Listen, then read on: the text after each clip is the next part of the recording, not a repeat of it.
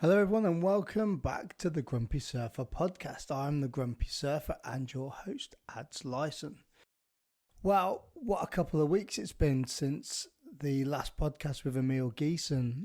Russia has decided to invade the Ukraine. The Hawaiian leg of the WSL has finished with some amazing surfing at Pipeline and Sunset. And I've done a few really cool podcasts with people that are going to be coming out in the next month or so.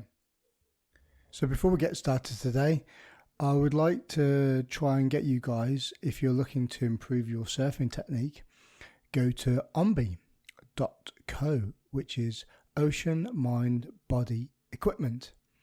I've been using Ombi since October and it's improved my surfing no end. I know I've talked about this numerous times on the podcast before, but it really has. It's an amazing platform and an amazing program.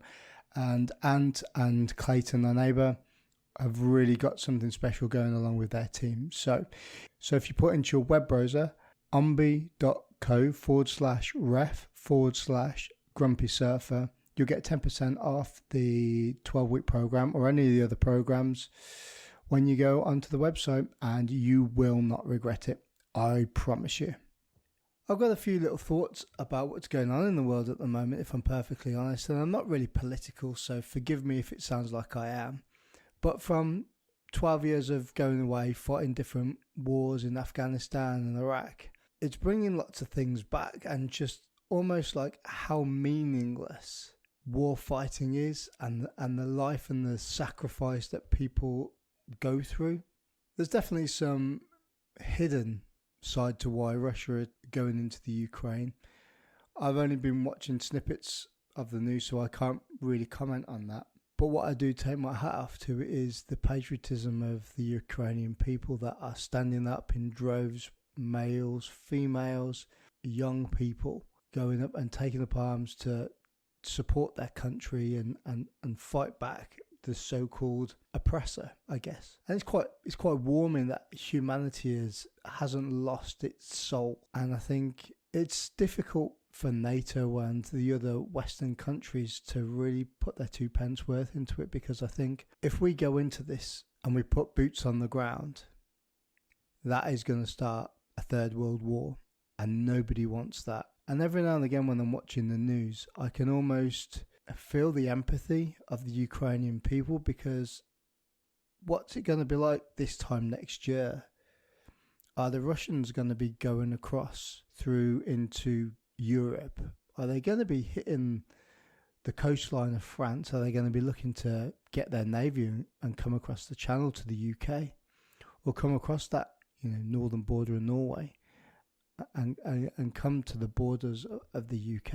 And if you think about it retrospectively, it's quite a scary thought. How do I feel about that, having a young family, just retired from the military as well? And I think I would do exactly the same thing. And anybody that has an ounce of something in them, not being heroic, it's standing up for something that's wrong and showing that you can do something about it. Everybody can do something about it. Anyway, those are my thoughts anyway. So I'm digressing a touch. So this week's podcast is with a guy who was actually a poster boy of mine, along with Tom Carroll, Oki, Kelly Slater, Shane Dorian, Rob Machado, Goofy Footer, Australian surfer. He was on the ASP, which is now the WSL, so the Association of Surfing Professionals, and the World Surf League. He was on the ASP for 22 years, retired, and then became a surf coach and coached the likes of Joel Parkinson and a few other up-and-coming Australian surfers that are around now. He was one of the guys that really showed style from having that drop knee kind of surf stance, and showed the fluidity of what surfing could be if you really put some time and effort into your technique. So without further ado, please enjoy my podcast with Luke Egan.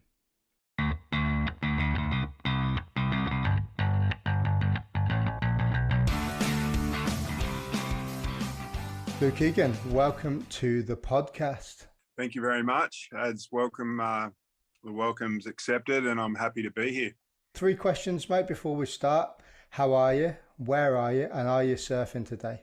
I'm really good. I'm in Cronulla, Sydney, where I live these days, and I'll definitely be surfing later. The wind's up a little bit from the southeast, pretty strong, but we've got plenty of swell around here at the moment. It's about 6 feet, but we've had heaps of wind the last 2 days, so hopefully that sorts itself out this morning, and we get some cleaner waves. Where's your local spots around where you are? Um, I am lucky enough to live about a block from the beach here at Wanda, which is the northern end of the beach front at Cronulla. And we have some really good reef breaks. I'm sure you've heard of ours. It is only about 10 minutes from my house, even though when it does get crazy, I don't surf it. It's a pretty gnarly wave on your backhand. And yeah, I'll leave it to the crazy natural footers. But we have Voodoo, which is a really good left and right ledgy reef break, is my favourite wave around here. Shark Island, you've probably heard of that as well. Shark Island's a crazy hollow right. They're all 5 minutes, 10 minutes from my house. So there's some great waves around this area. There's always this stereotype about, the west coast of America, Hawaii, and in Australia that you've got pumping waves all the time. But I can imagine it's pretty much like the UK. It's quite hit and miss sometimes. What's the consistency like? You know what? If we were talking last October, November, I'd be screaming at you, just going, I can't believe it. It's been flat for so long. We've had no waves. Does it ever break?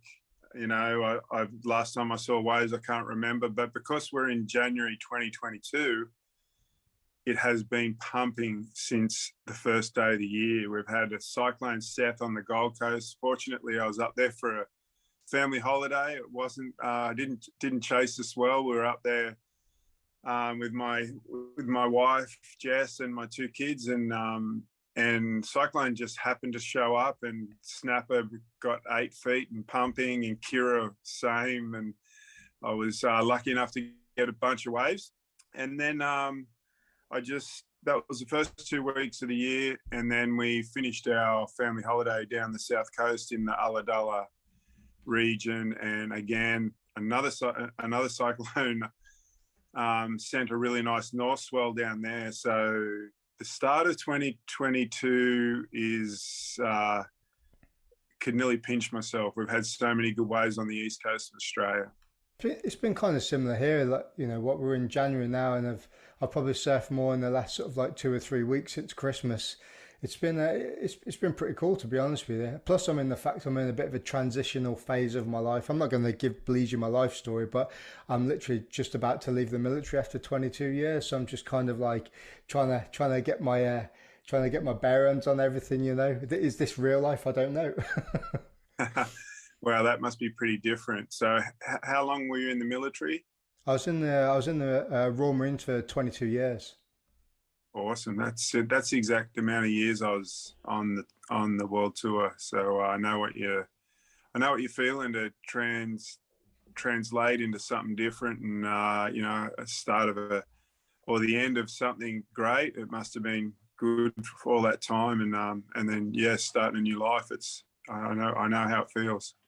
How did you find that? Because you've just said that you spent quite a lot of time on tour and coming off that, and in the military, they like to say there's this transitional period where you do a bit of resettlement, you do some courses, for what you're going to do. I know it's a little bit different because, being in the surfing community and you've got your sponsors and stuff, you can almost like fall into something like that. But what do you miss the most about being on tour? The challenges, like you do anything for so long, it just becomes, I really believe in your subconscious doing, you end up doing something for so long, your subconscious kind of takes over, and you get better at it, and you get refined at it. And when you stop that, at first there's like a holiday period of about 6 months, 8 months where, for me, when I finished the tour, it was like, I just needed a rest. The reason I finished the tour was I just didn't have any more go left. I was 36. I'd been doing it since I left school. And to stay at that level of intensity of training and surfing and showing up and being able to put on those performances, you know, to make a final in that 2 weeks there's a contest on, you got to show up a fair few times and you're just going as hard as you possibly can. So that was the part that I just was like, oh, I can't do that anymore. But the surfing part, paddling out at the best parts, the best breaks in the world with only another guy out, that's something I really miss. And performing, I really enjoyed performing in front of a crowd. And you know, I loved having hard heats. I loved having really good heats against my friends and just going out. And, you know, when you're against someone that's really good and you're both getting 8s and 9s and putting on a great performance, there's nothing like it. How did you find the transition of the tour? Because you must have been in that still part of the tour when you joined, when they were still going to, like, you know, some of the crummy places. I'm going to mention, I don't know, Manly, for instance, like a beachy. But then as it went on, you know, Bugs started pulling things out to make it like the dream tour. So you go into like the best places with the best surfers. Did you feel that transition in a way, or, you know, is it just something as a collective, as the ASP and the pro surfers on the tour were kind of getting a bit fed up of it, and they're like, right, let's just go and find some really cool places to go instead? Yes, I was in that transition. It was really hard for me. I'm a bigger guy. Like, I'm 90. When I was on the tour, I was, you know, like late 80s, 88 kilo. So chasing the summer, chasing the crowds to get bums on the beach, that philosophy didn't really suit me. And I was always, you know, I had some good results and I was always just hanging in there. And, you know, the movement started with Barton Lynch and Damien Harbin. They were the surfers representatives on the ASP board. And I'm really good friends with both those guys, especially Damien Harbin. He took me under my wing when I was young and I traveled with him a little bit. And those guys were just like, what are we doing at these places? There's pumping waves around the world. We want to have our contests in really good waves. And they were the guys that were sitting on the ASP board saying the surfers, this is what they want, and they're not gonna budge. And, you know, thankfully, Gordon Merchant from Billabong, Alan Green from Quicksilver, Claw and Brian Singer from Rip Curl, those guys really listened, and they were the core sponsors of the events at the time. And those guys really listened to the surfers. They sponsored most of the surfers to go around on the tour. And we were like, we just want to go to the better places to put on better performances, put on better shows, and make the tour, you know, a better product for people to watch. And so those two guys started it, and I ended up on the ASP board as a surfers representative once those guys retired. And fortunately enough, it was when Rabbit Bartholomew was the president, and he was our best ally. You know, there was myself, Kieran Perro, Jake Patterson, and Sonny Garcia, and Greville Mitchell. And Rabbit really listened to us, and 90% of the time on any vote for something to go forward, he'd support the surfers. And just, you know, I could go on forever in a detailed description of that, but that there turned the tour into the dream tour, and we ended up going to all these fantastic locations and getting fantastic waves. And I think it was one of the key things to where the WSL is today. Where were some of the best places that you like to surf? Because there must have been, you know, like there is now. I mean, I know they've changed it up a little bit, changed from pipe from the end to the start. But where were some of the best places that you always look forward to going to? I'm a goofy footer, and I like all the big lefts. And there you go. So Tahiti, Chopu, really enjoyed that event. Finished second to Andy Irons one year there and made the quarters most years I was in the event. Loved that event. Fiji, the Quicksilver Pro Tavarua was incredible. And Mandaka was a fantastic wave all lefts. Those kind of waves suited me, so I knew I was going to get a good result and maybe win, which fortunate enough to win Fiji and Mandaka. So yeah, I you know, it went from when we were at the beach breaks and doing that stuff, it nearly felt like work. But then when it turned to these real waves, and it was more like, all right, we're here to put on a show. And I think the guys that had that attitude and just wanted to go out there and experience the waves in the competition format were the ones that shined.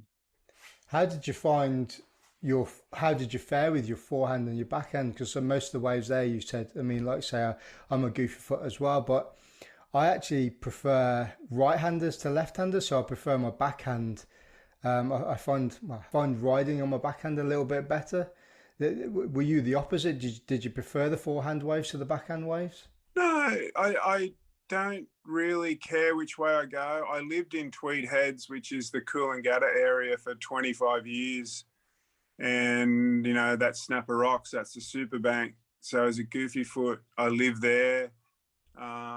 It was close to my sponsor, Billabong, and the training up there as a professional surfer is just phenomenal. Like, you take off on a wave, you can do 15 turns. You know, you're on your feet actually on your surfboard longer, so it's the best place to train as a professional surfer. So I lived on all those right-hand points, but then again, I'd go away and do really well in all these lefts. So I just like the challenge of either way.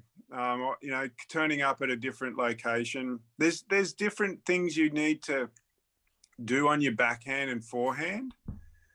And some people, yeah, like yourself, enjoy going right. I'm not sure if you have surfed rights more than your forehand, but I'm sure. And look, I'll put my coaching hat on now. It doesn't matter who it is. I start diving in and going, okay, we need to make this guy go left. I start diving in and thinking, why doesn't he like going left? There'd be something that you don't approach that wave going left as you do with the right. It'd be twisting your body around, maybe foot placement or something like that. I'm sure we could sort that out for you, mate. Yeah, I've been doing. Do you know Clayton Naneba? Do you? I've heard that name, yes. Yeah, so he's an ex CT surfer, and they've come up with this surfing program, and they talk about foot placement. It's an online thing, but it's really like piecemeal broken down. It's pretty cool, and I've been trying to work with this stuff that he's been doing. And it's very much so like I find when I'm jumping up, I'm almost like surfing Jeff Hackman back in the 70s, where my feet are kind of like, you know, splayed out a little bit, and that means I can't rotate my hips around a little bit more. So I'm trying to work on that a little bit. But you get a bit carried away sometimes when the waves are good, and you just forget everything, and you just kind of go into your old habits again.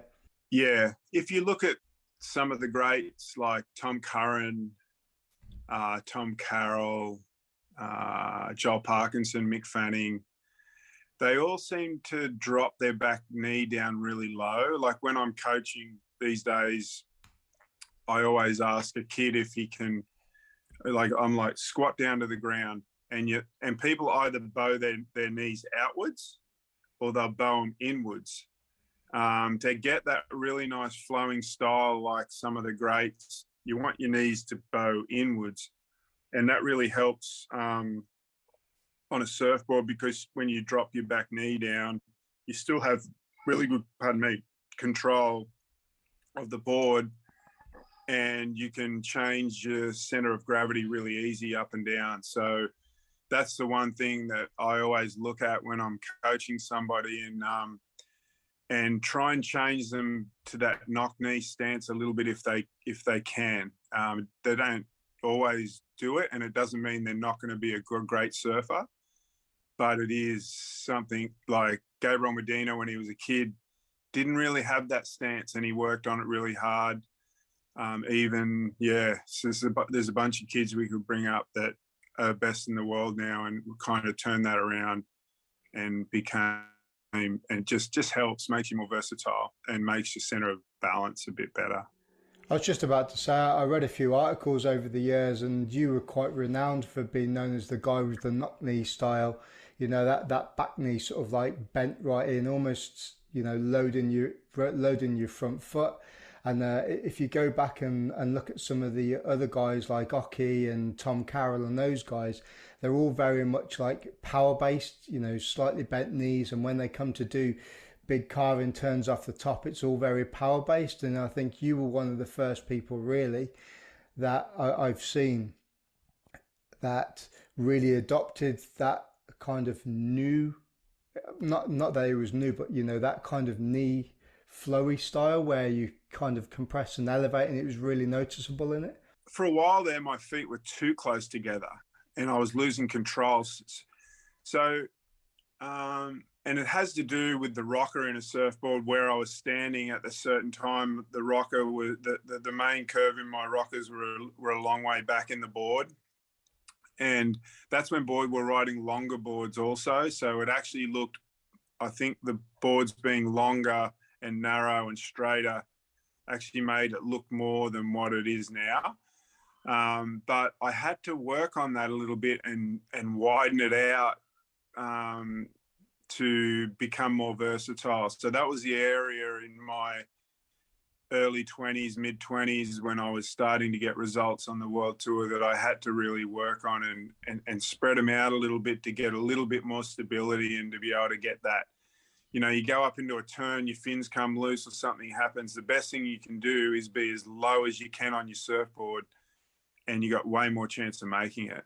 So it was just changing those fundamentals around a little bit to make sure that happened. And yeah, so I was too knock-kneed at one point.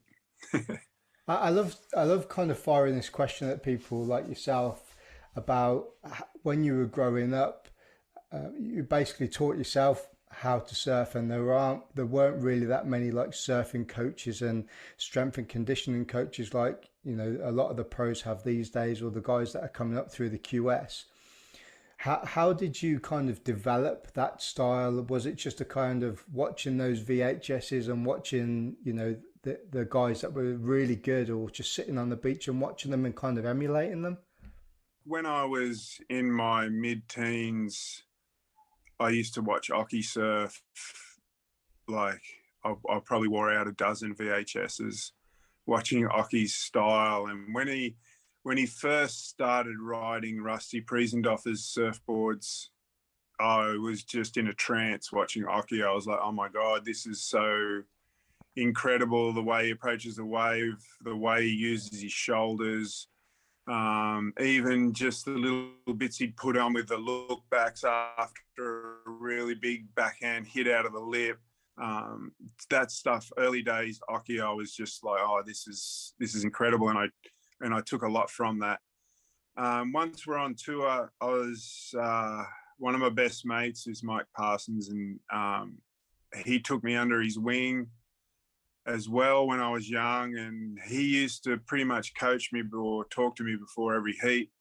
We used to surf with him a bunch, used to stay with him and travel around the world with him. So right up to when I was surfing for world titles against Sonny Garcia and Andy Irons, Mike Parsons was there as pretty much my coach. So yeah, so on the tour we didn't have the coaches, but we used to help each other. You'd be traveling around the tour, splitting costs with someone, you know, the rent-a-car, the hotel, and you'd help each other out. You know, if it was places that you needed a caddy because there was a good chance you were going to break a surfboard, the guy you're staying with was your man. He was your pit crew. So, yeah, I think that's where the great coaches came from today. I used to, the couple of years there when Oki was going for the world title, I traveled with him. I helped him, I coached him, he coached me. At the same time when Oki won the world title, I got some of my best results I'd ever had on the world tour because I had Oki in my corner. Yeah, so and we were just one team, you know, like there was always guys traveling together, and they were a good partnership, and they'd, you know, they both get good results from each other, from helping each other out. How did you find that transition from going from finishing the tour in 2005, and I know you went and coached Joel Parkinson for a bit, and I find this quite intriguing because if I'm in the water with somebody that's, you know, my friend, and I see them not doing something right. Look, I'm not perfect by any means of the imagination, but I'm kind of like, well, you know, maybe turn your foot this way, or try and bring your, you know, your backhand in a little bit more so your arms are bent. And sometimes they just look at me and they go, I can see it in their face, and I'm thinking, what the fuck are you talking about? You know, how did that kind of go with you guys? Because it must be, well, it must be kind of weird being sort of the same level as somebody like Joel, for instance, and a pro teaching a pro how to surf. I always kind of find that a weird comparison. You know what? That's a really good question, because the best surfers in the world have taken on board a lot of advice from their peers or their mentors to get to where they are. You know, they had a lot of respect for the person telling them what they thought they should do. Of course, these guys are the best in the world, so it's not like you got to reinvent the wheel to make these guys surf good. But if you want to win out of the world's best, you know, there's a lot of these little refinements you need to make. And Joel Parkinson was a great listener.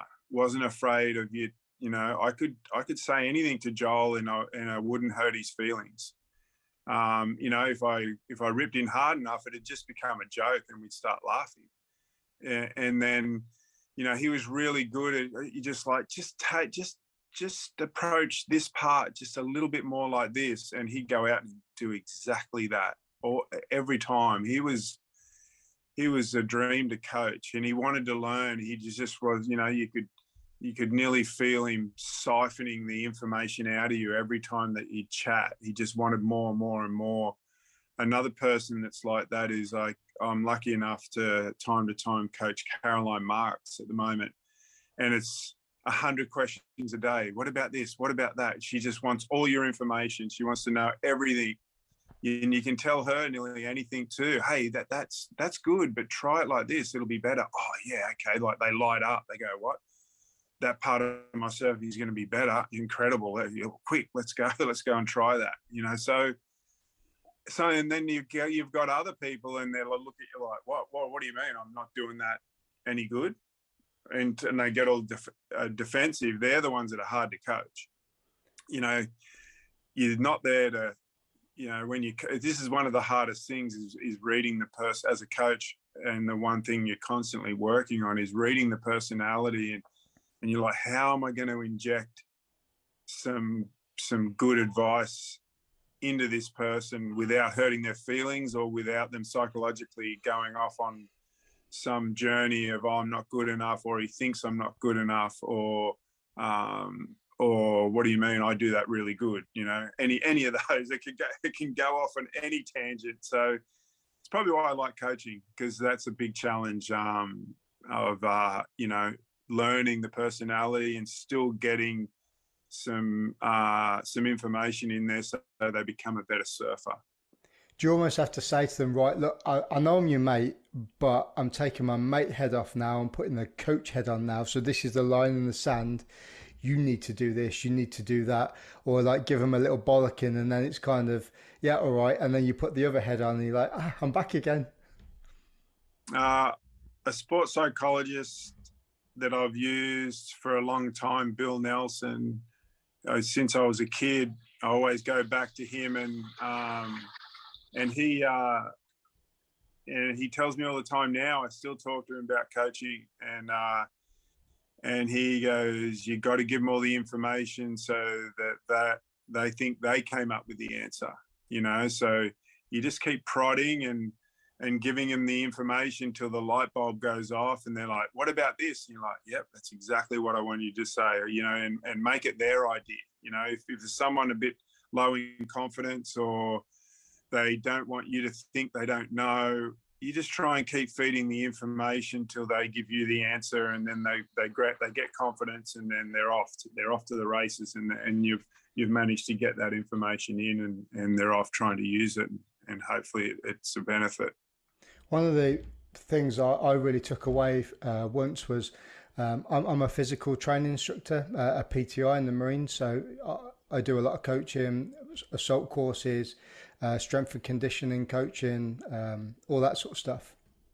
And one of the things one of my instructors said once is try and do as many instructional courses with lots of different people as possible so you can see the different styles that people have. Yep. Even if you go to do one course with somebody that's really, really rubbish, you can take one thing away from that and you can almost like adapt it to the way that you want to put yourself across. Because like you're saying there, that not everybody has the same way of learning or the same way of coaching. And I found that with jiu-jitsu as well, that I assimilate information a lot better with certain people by the way that they put it across or break it down to other people. And that must be the same with like high level surfing coaching as well. You know, some people must have that really good rapport with you, and other people, you know, might not. And that's where you kind of go, oh well, it's not working with me, but you know, try this guy over here, and it might work for you there. For sure. And you know, some surfers on the tour have gone through every good coach there is on that actually is in the profession, probably looking for something that a coach can't deliver, but they've probably gotten something out of all those coaches to get to where they are. So, you know, I think that if you feel for a surfer, if they feel they've got a synergy with somebody and it feels like it's a good relationship, that they can, you know, stick with it and they'll get the results. Are there any particular pickup points that you find coaching pros? Do a lot of them do the similar things, or is it just individual? It's very individual. We talk about the same stuff, but it'll be there's a group of there's one kind of bag of tricks that you use to change things around, and they're really simple ones. Like people think, oh, best guys in the world, it must be so technical what you guys are talking about. Yeah, we probably use a bit of a different language to a point, but we're still only using body movement, being in different places on the board, being, you know, looking for where we can get energy out of the wave to go faster. Timing is something that is the most important. Once you're at that elite level, timing where you're going to do your turn is the most important no matter what. You know, you're already there because you're a good surfer, but those little tiny timing changes can take a 5-point wave into a 7 or a 7.5 wave. So we're constantly looking at that kind of stuff, especially when you turn up to a new location.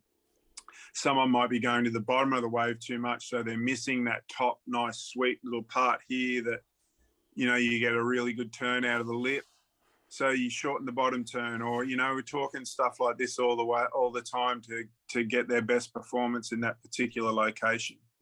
You talk a lot about lineups as well, because there's lots of different locations, like really good locations, and there are obviously, you know, set lineups and boils that are in the water.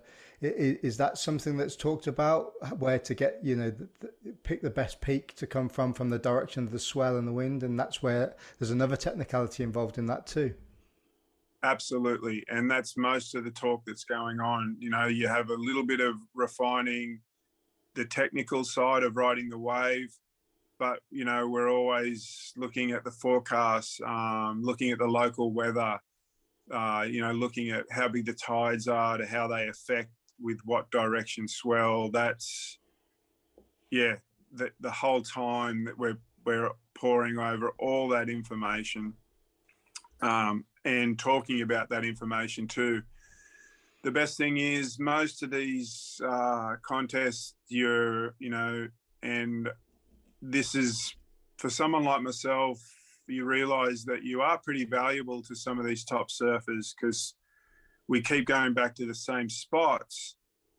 And now I've been there about 30, 35 times around the world. I've been to Hossegor about that many times. I've been to, Mandaka about that many times, been to Fiji about that many times, Bali, Trestles, all these spots. You've been there and you've seen every wind, every swell direction, every tide many, many times. And as a coach, that's a huge benefit because you've already got all that information and you've been there before. So you can pull out these different things, especially for someone new on the tour that have only been there a few times. It takes many years to see all those different moods of a wave. And the longer you're on tour, I think that really helps as a coach.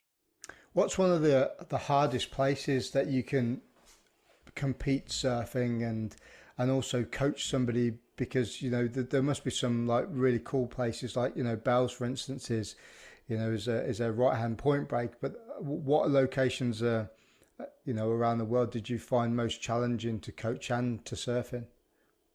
Any day at any of the locations on the WCT events when the waves are marginal and the contest should maybe not be on, but it's been called on for a reason of running out of time. Sometimes we start running out of time and the waves just haven't gotten that good. And it's like, okay, boys, you're out there. We've got to get this contest finished.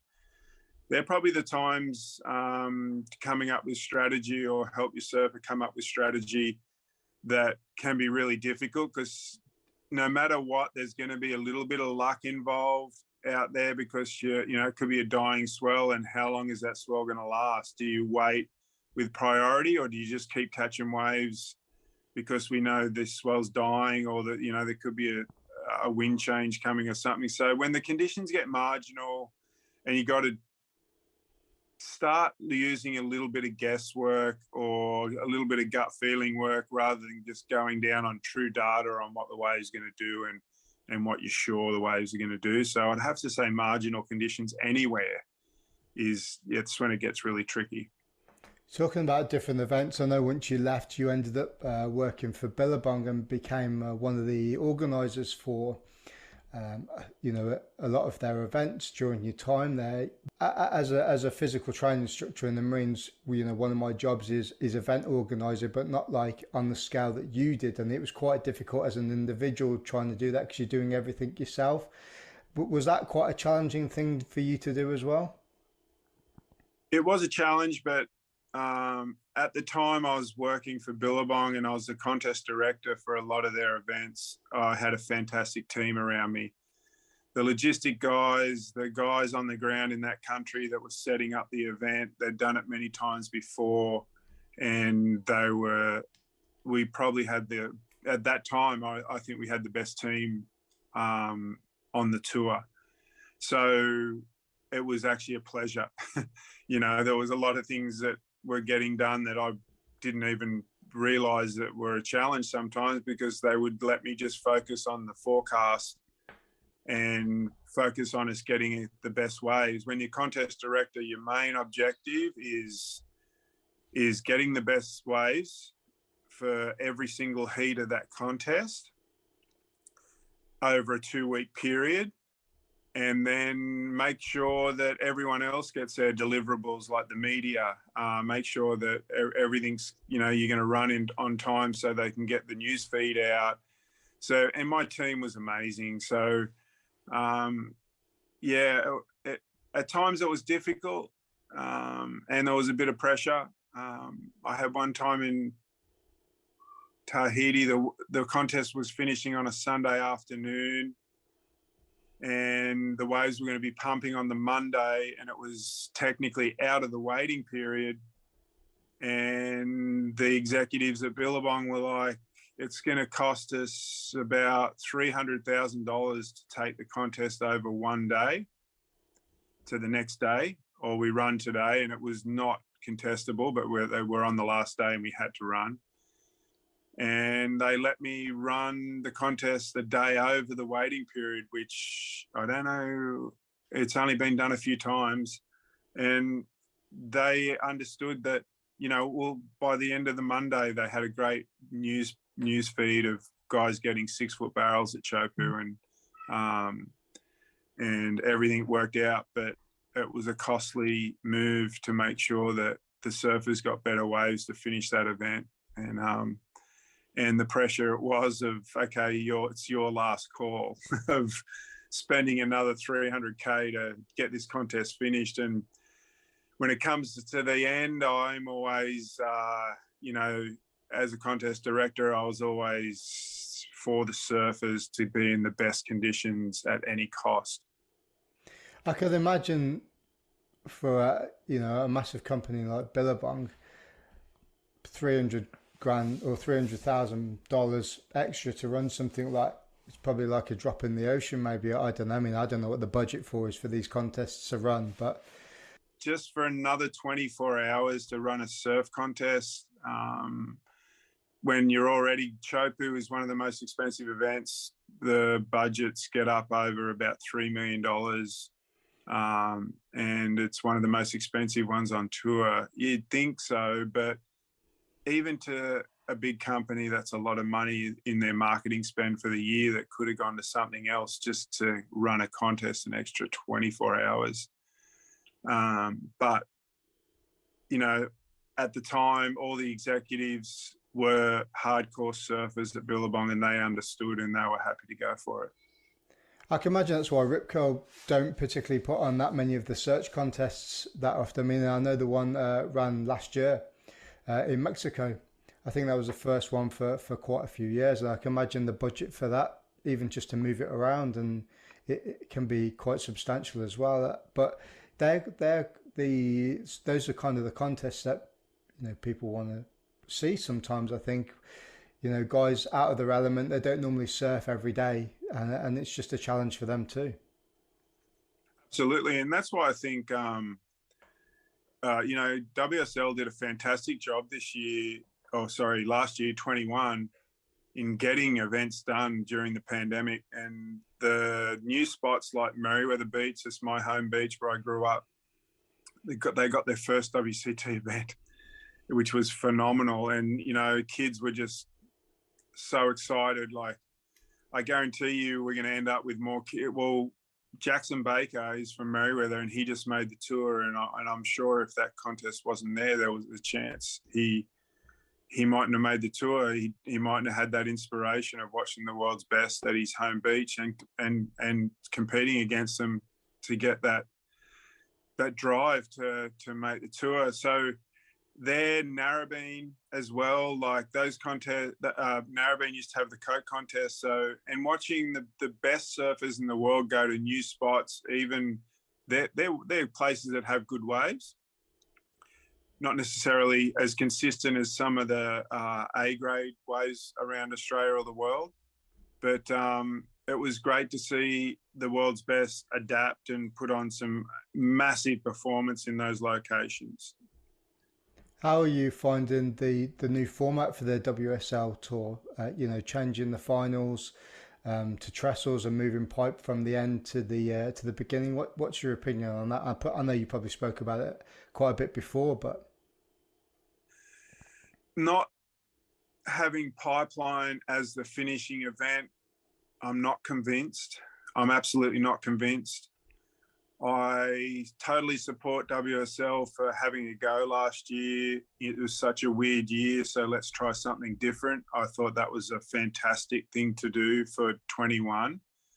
And I liked the last event that they had at Trestles, then had that surf-off style format. And you know what, and I'm going to go off course a little bit here. The one thing I really like about what WSL have done recently is the qualification changes with the Challenger Tour. And to get into the Challenger events, you have to get a certain place within your regional events, top 10 or whatever it is for your region, because it was getting so expensive for young guys just leaving school that wanted to be a professional surfer. They'd need like 150, 200 grand to travel the world and grind it out at, 20 events around the world. And it was you know, I really feel the old format, we missed out on having some really good surfers on the WCT just because of the way that format was, where now we're going to get those surfers because they surf, say, 5, 6, maybe 8 events in their region, make the top 10. And then there's these 6 or 8 challenger events that they just need to make sure they get ready for that, say 6 to 8 months, and go as hard as they can in these better locations, better events to make the tour. I love it. I just think it lowers the cost for, you know, if you got a local kid in your area and it gives him a chance, you know, from your country to get into that challenger series. And it just, you know, even to this, you know, it was a long time ago for me, but that transitional period from school, going, okay, have I got it, what it takes to become a pro surfer? And that big challenge of, do I go and get a trade just in case, or do I go to university, or do I go and have a go at being a professional athlete? That's one of the biggest decisions in your life. And I really think that new format really gives the surfers a true indication of their performance if they're good enough. And the cost isn't like out of control. So I really think that's the best thing I've seen happen in surfing in years. I think we're going to get a lot better surfers in that. This year in 22, they're after 5 events. I think they make a cut. I do not like it at all. The reason being is that those guys in those challenges events, or even the guys that are on tour, you've busted your gut to get your place. You should have that. Maybe those 5 locations don't suit your style of surfing, and the end few events suit your style of surfing. I just don't think it's fair on the surfers that they don't get their full year to try and prove that they're at that level to stay there and make a career as a top level, you know, CT surfer. I no matter how this year ends up, I just don't think it's fair on the surfers to be cut after 5 events when they've busted their gut to get there. I think one of the other things that must be quite fearful for guys like that is if you take a couple of like the lower level guys that have like you say have just made it onto the CT, they must be shitting themselves because there's that extra external pressure on them to perform. And if they don't perform, they're basically going to be knocked back off and they have to start all over again. But again, you can argue it from the 2 sides of the fence as well. You've got the better guys as well. You know, you've got your Medinas, your Philip Toledos, and all the other guys at the top end of it. That they've also got that, you know, subconscious pressure as well that they have to perform. Otherwise, if they don't make, you know, the top 12 or the top 20, isn't it? I can't remember. Yeah, I think so. Yeah, I'm not sure of the numbers, but I just think that every surfer should have a chance to do a full year and show what they got. I just don't think it's, you know, they've done it to package it better for TV. They've done it so it's easier to run the contest in one swell, but not everything's easy, you know. Like it's when it comes to,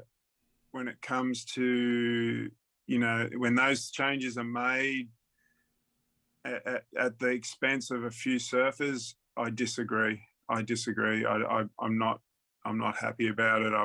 I'm super bummed it's happening. I think one thing that you touched on about 5 minutes ago is when you're talking about guys that are on the QS, is that you see all the guys in the media that have kind of made it, but you never really hear about the guys that have been on, you know, the QS for like 10, 12 years and they never really hit the CT level, and you never really see where they go. And like you're saying, you've spent the majority of your adult life or your early 20s, 30s trying to get to that level, and if you don't make it and you don't hit a trade or something like that, and your sponsors don't support you as well, you never hear about those guys. I mean, I've never heard about them. Yeah, I hear about them all the time because I've tried to help a fair few of them transition through that period. The surf industry, there's not as many jobs for surfers like that as there used to be. what are you, mid-20s to late 20s, and you've decided not to take a trade or go to university and study, which was, you know, what your school grades could have, you know, would let you do. I think there's a lot of guys out there that it was life-changing, it was life-altering. And it's probably not just surfing. I'm sure it happens in a lot of sports because surfing, like, you know, I'm 53 this weekend, and I basically retired from my passion career when I was 36. You know, even though I went for 22 years, I was one of the longest serving guys ever on the world tour. My career only lasted 22 years, you know, and the last 15 odd years I've been doing other things, but my passion is still surfing, you know. So what you get on the front side of being a successful surfer, you really got to think and be smart, because at the end, you know, the body just doesn't, it's not going to, you know, Kelly's managed to stay there for a long time. That's one guy, you know, everyone else in their mid-30s. And if you get to your late 30s, you've done really well. And then what are you going to do if you've made enough money so you don't have to work anymore? But it's not even about the money. It's just about exercising the mind and, you know, getting that adrenaline rush that you've been doing for most of your career. There's huge adrenaline rushes from even winning a heat in 2-foot waves in front of 30,000 people and, you know, putting on a fantastic performance. It's a huge adrenaline rush, beating one of your peers or something like that. Where do you get that? You know, you've got yourself well and truly addicted to it, you know, after years and years. And then you just left and people shaking hands going, yeah, well done. I love that heat that you had here or there. And you really appreciate the accolades. But man, it's one of the hardest things I've done is working out where I can still get that rush. And I've managed to do it. I mountain bike. Mountain biking, funnily enough, is not even in the surf. It gives me that rush. I'm not very good, but there's a lot of quick decisions you got to make. Otherwise, you end up with shoulders that look like this. You know, I don't know. You've seen those bikes that you can ride on the sea now. I haven't seen anyone catching the wave on one of those yet.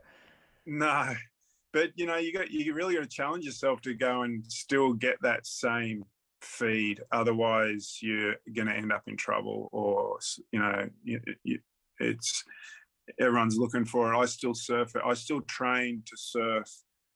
I still go to the gym to make sure that I can surf well. So because I still enjoy it so much, and I still enjoy trying, you know, even though I'm nowhere near the surfer I was, I still really enjoy trying to keep my level as high as possible, and that helps as well.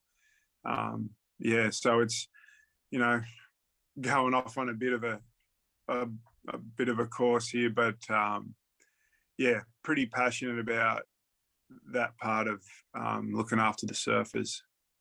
It's going to only get a little more difficult for them because coming out of the tail end of this pandemic, more people have decided to, you know, grab a surfboard and jump in the water because it's easy access as well. And there's just going to be more people getting addicted to the sport that we love doing. And there's going to, you know, I've noticed a noticeable amount of people that are just kind of what I'd call flotsam and jetsam, just floating in the water and getting in the way a little bit. But, you know, there's going to be more people coming through, more kids now, and there's only going to be more competition to, you know, to in those actual high competitive competitions for those limited spaces as well. I mean, have you noticed much of a culture and a etiquette change down where you are at the moment? A little bit. I think it's up to the elders in the water to teach those people surf etiquette politely. I think that there is more people in the surf, but and at times it's really hard. But I think, you know, everyone, it's the ocean. Everyone's entitled to be out there, and you know, to anyone that's learning to surf, you just got to read the play of the lineup and read where you think you should be for your ability level and what style of waves you should be surfing for your ability level. and read all that stuff and read about surf etiquette, and you'll have a way better time. You'll double, triple what you'll get out of surfing if, while you're learning to get to the level you want to get to, you read and make sure that you check up on all that stuff. I think it's, some people like, oh, straight away I'm going to go surf that shallow reef that is in my local area. And you got to challenge yourself, but you got to make sure you're there. The ocean is for everybody. So you got to make sure that you're thinking of others as well while you're trying to challenge yourself. How are you finding the transition? Well, it's not a transition really, is the big turn of the circle with boards and stuff, because I know twin fins, mid lengths, we call them mini mals, or whatever people want to call them these days.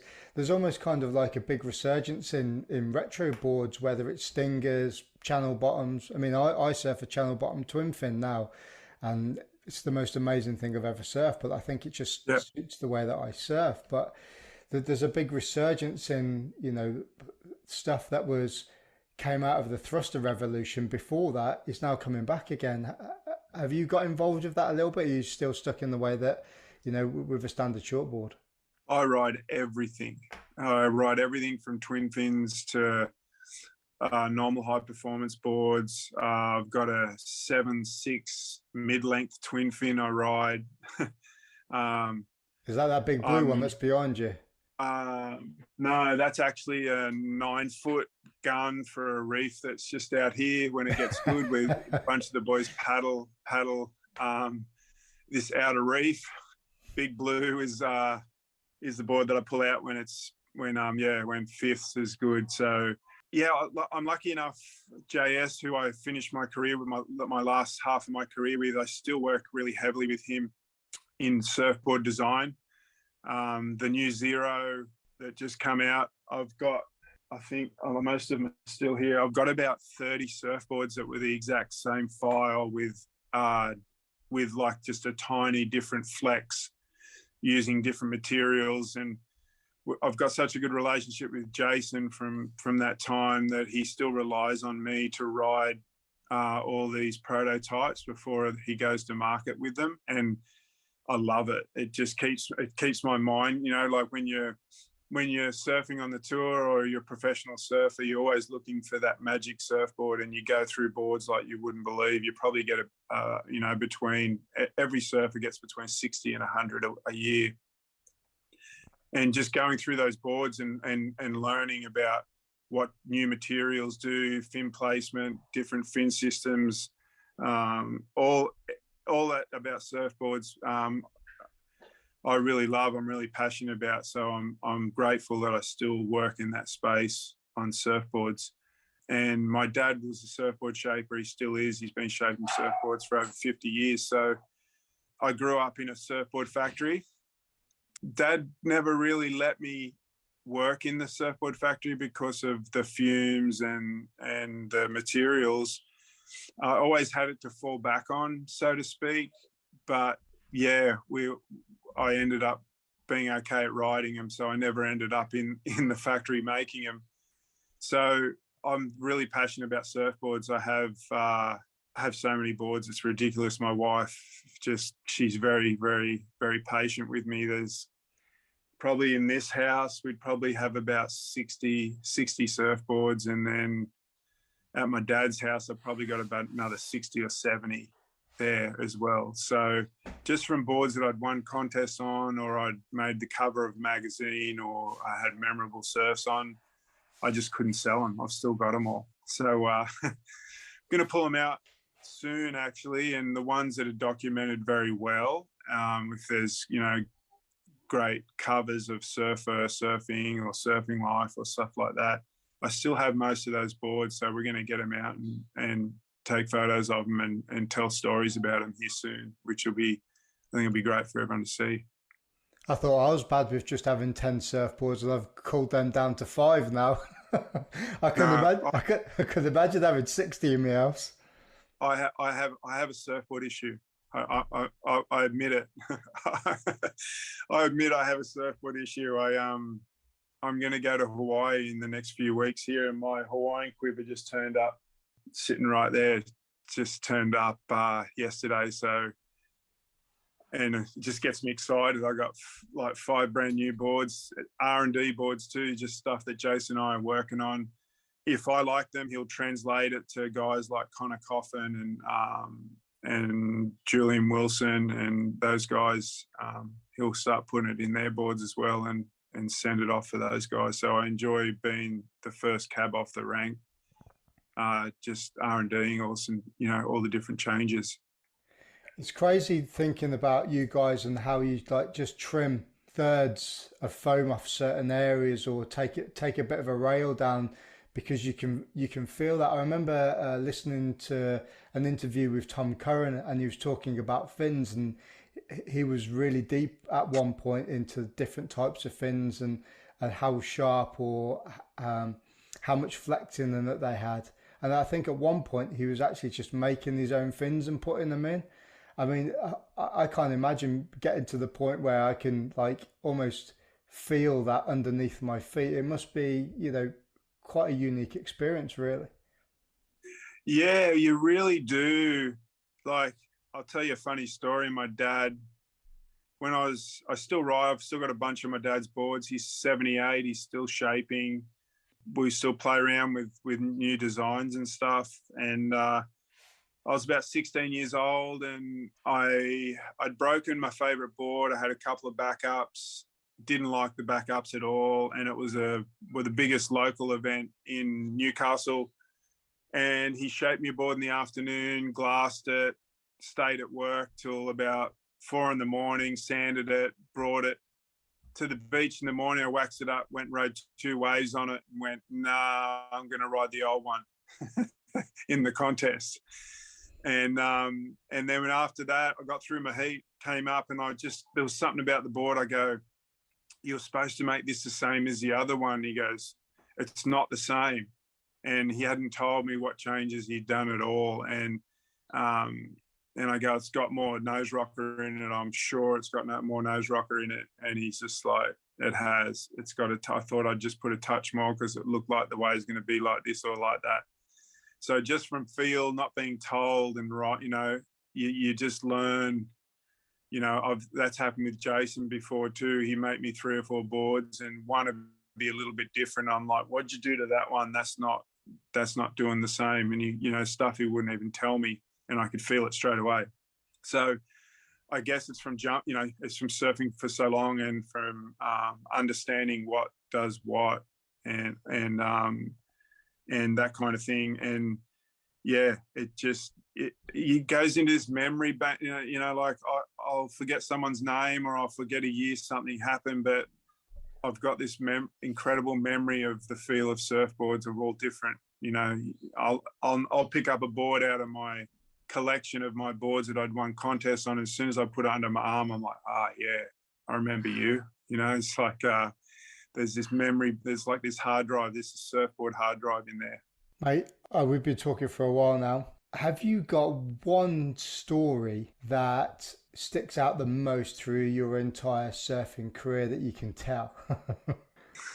Yeah, there's plenty. The one I really enjoy is Matt Hoy. Matt Hoy and I had the same babysitter. That's how far we go back, when before we were even in preschool or school. So we've been knocking around as kids, and we're still best mates. So when he retired was in Tavarua, the year, I think it was 2000. The year he retired, no one had done anything for him. And I was a bit concerned. We're on Tavarua, and it was his last event. He wasn't doing any more events. He was retiring his career.